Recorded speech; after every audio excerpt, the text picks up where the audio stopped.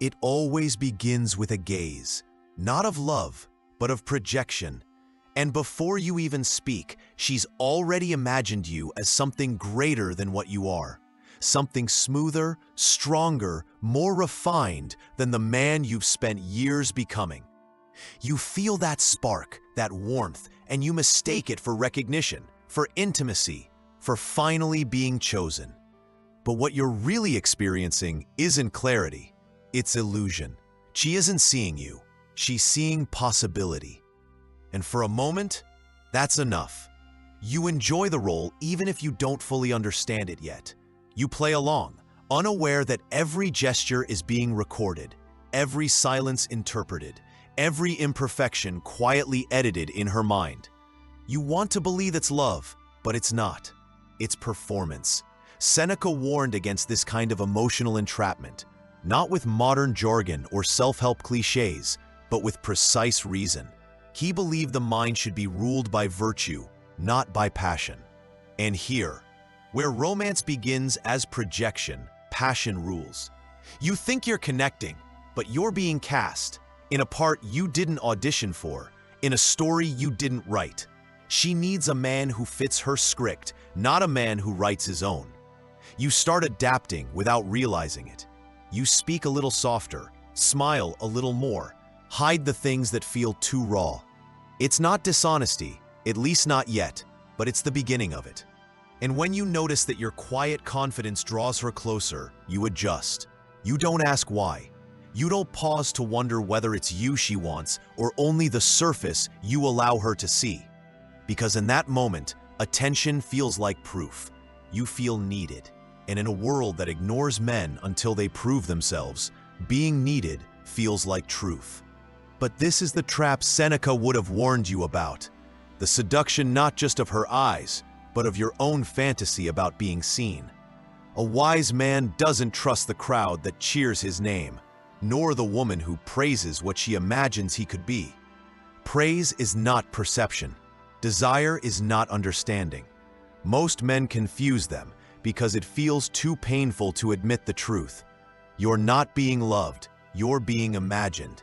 And when the performance fails to hold, when your flaws begin to break through the mask she created, she doesn't edit the story, she replaces the actor. This is why emotional detachment is not cruelty. It's clarity. Detachment doesn't mean avoiding love. It means refusing to perform for approval. It means stepping back far enough to see what is real. Because if you can't tell the difference between love and projection, you'll keep falling into illusions and calling it connection.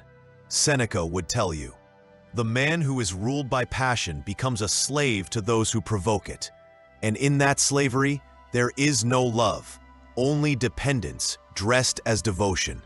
Most men hear the word detachment and imagine coldness, a man without feelings, without warmth, without love. But that's not what Seneca taught. His view of detachment wasn't emotional absence, it was emotional order. To him, a man ruled by passion was no different from a ship tossed in a storm.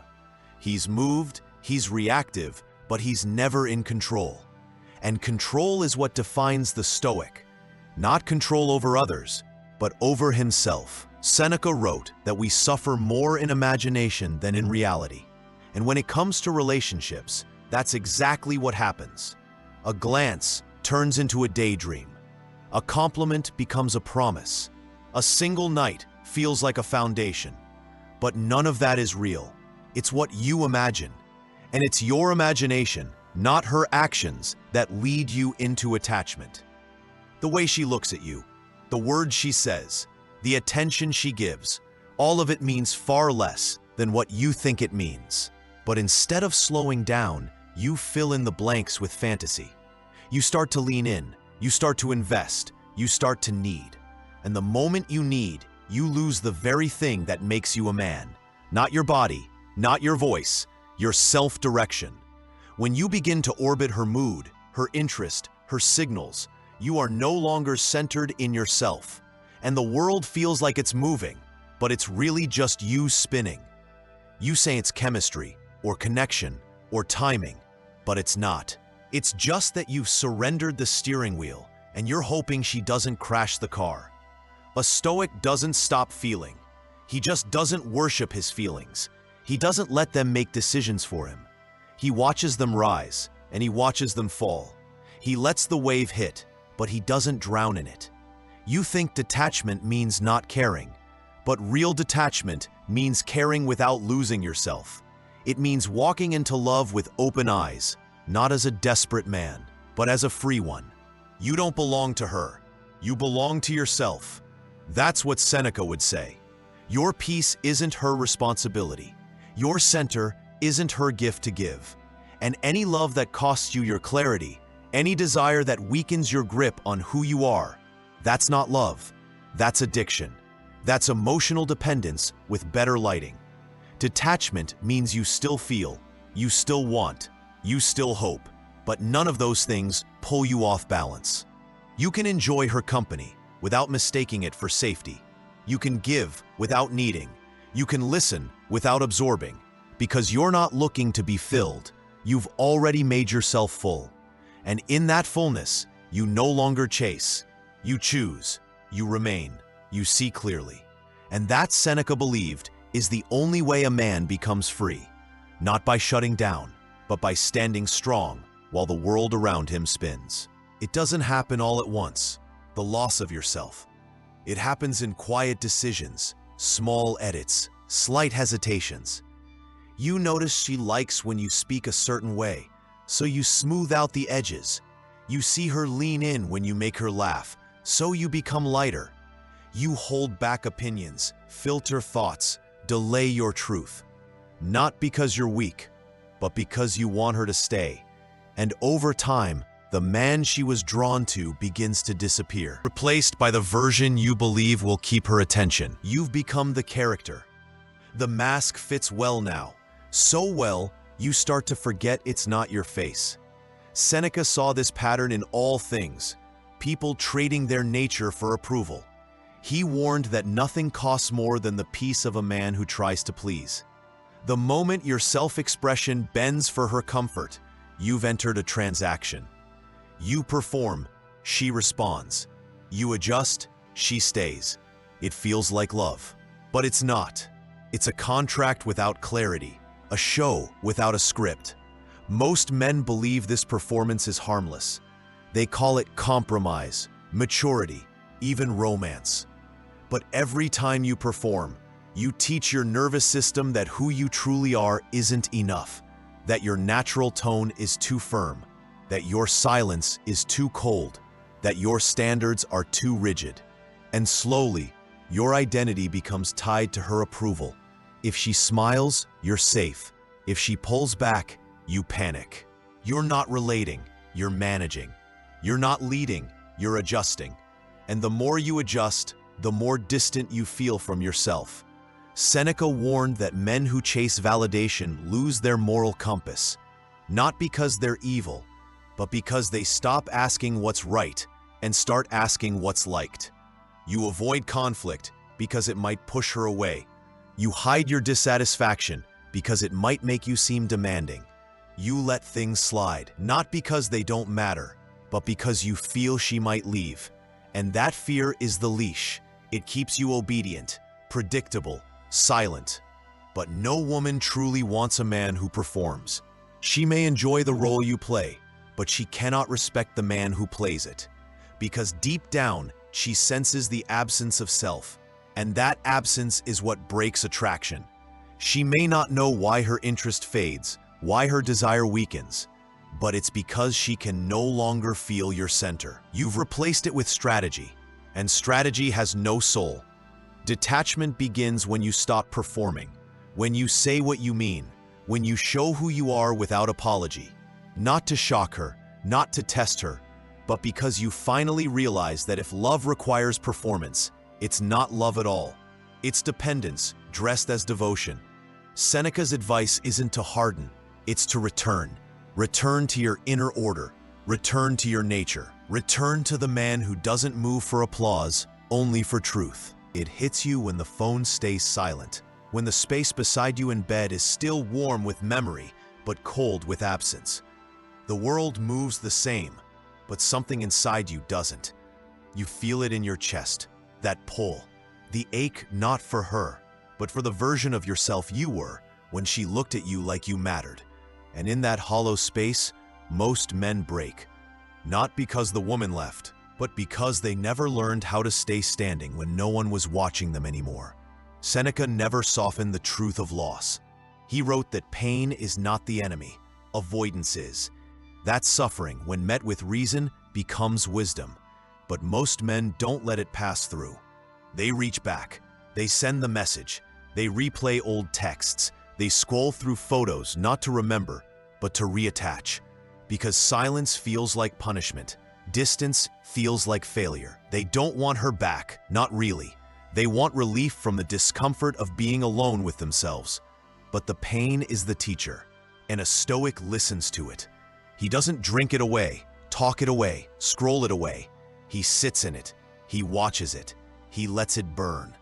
Because only in that fire do you see what parts of yourself were never truly yours.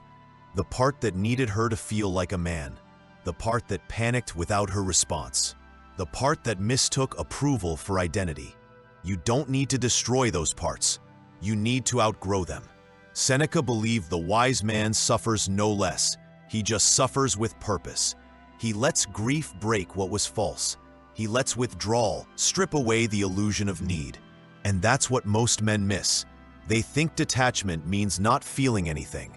But real detachment is what you do when the feelings roar. It's how you carry yourself through the storm without asking someone else to hold the umbrella. You'll want to go back. You'll think the ache means something is unfinished, that there's closure to find, that maybe if you explain it better, fix one last thing, everything will fall back into place. But that's not wisdom. That's bargaining. The relationship might be over, but the illusion is still alive. And that's what has to die. Not the woman, not the memory, the illusion. When you refuse to go back, you reclaim yourself. You teach your body that you are enough, not when you're chosen, but when you choose to remain centered, even in pain. That's what Seneca meant when he said we waste time grieving what was never ours. He didn't mean to shut down. He meant to look clearly at what you've been clinging to and let it fall. Because until you stop reaching for her, you haven't begun to reach for yourself. And the man who cannot stand in solitude will always crawl back into performance, confusing relief with love and silence with loss. There comes a moment, often quiet, when the noise inside you fades. You don't wake up with a jolt anymore. You don't scan your phone for her name. You don't rehearse the words you'll never send. You just breathe. You step outside, feel the air on your skin, and for the first time in a long while, it doesn't sting. That's when you know the spell is breaking. Not because you've stopped caring, but because you've stopped clinging. The difference is everything. Seneca wrote that true strength is not found in conquest, but in self-mastery. And that mastery begins when a man no longer trades his peace for emotional spikes. When he no longer chases the warmth of a woman's approval like a beggar reaching for bread. The Stoic man isn't numb. He simply refuses to be ruled by moods, his own or hers. That's what gives him gravity. That's what makes him immovable. You've seen this man before. He walks into a room and doesn't need to speak to be heard. Women notice him, but not because he tries. It's the calm, the restraint, the lack of performance. He's not hiding. He's just whole. And that wholeness cannot be faked. It cannot be mimicked by those still seeking to be completed by someone else. He gives freely, but never from a place of lack. He listens fully, but never to be rewarded. And when he walks away, he does so without a second glance. Not because he doesn't feel, but because he knows his value does not shrink in her absence. This kind of man unnerves people, especially women who are used to pulling men with emotional bait, softness, silence, seduction. But it doesn't work on him. He doesn't take the bait, not because he resents women, but because he no longer needs them to feel whole. Seneca believed that desire, when left unchecked, turns men into servants, but when refined, it becomes discernment. You can still desire her, but not from hunger. You want her, but you don't need her to validate your existence. Emotional detachment isn't about walking through life without love. It's about walking through life without being led by longing. It's about choosing instead of chasing. You don't harden, you sharpen, you become aware. And that awareness is what makes you powerful. When she senses that you cannot be shaken, she either rises to meet you or she drifts. But either way, you remain still, grounded, alive. Seneca would not tell you to swear off love. He would tell you to examine it, to make sure it comes from a place of strength, not desperation. Because the love that comes from fullness is clear. It moves without demand. It holds without gripping. And it never forgets that peace is the highest form of power a man can carry. Once you have it, you don't trade it. Not for beauty, not for desire, not even for love. You begin to notice it not in how they look at you, but in how they shift around you. The silence you once feared has become your ground. You don't flinch at distance. You don't explain your boundaries. You don't perform softness to be more acceptable. And that, more than anything, unsettles them. Because when a man no longer seeks approval, he becomes unpredictable. And when he becomes unpredictable, he becomes powerful. Seneca didn't glorify isolation. He understood that solitude is not the same as loneliness. Most men confuse the two because they've never stood alone long enough to see the difference. Loneliness is what you feel when you've lost your role. Solitude is what you gain when you reclaim your center. And a man who learns to stand in that solitude with calm eyes and an unshaken breath begins to scare those who have only known him through his obedience. You no longer respond out of fear. You no longer reach out because she's distant. You don't chase closure and you don't chase clarity. You don't need to be told where you stand. You already know where you stand, right where you chose to plant yourself. You have chosen responsibility over reaction. That is what Stoicism demands. Not suppression of feeling, but ownership of presence. And they feel it. Women who once leaned in to pull your strings now sense slack. They realize they can no longer move you with silence or punish you with disinterest. You don't chase the high anymore. You've walked through withdrawal. You face the craving. And now you see clearly. Love is not a prize, and you are not a performer. If connection happens, it happens between equals. If it doesn't, you remain whole. Seneca warned that society will call such men distant, arrogant, cold. Not because they are, but because they can no longer be controlled. The world prefers a man who needs. He's easier to sell to, easier to mold, easier to weaken. But the man who has burned through his illusions cannot be manipulated. He does not take every invitation. He does not accept every offer. And when he loves, he does so without losing his shape. That kind of man will be misunderstood. He will be feared, but he will be free. And that freedom is not loud. It doesn't announce itself.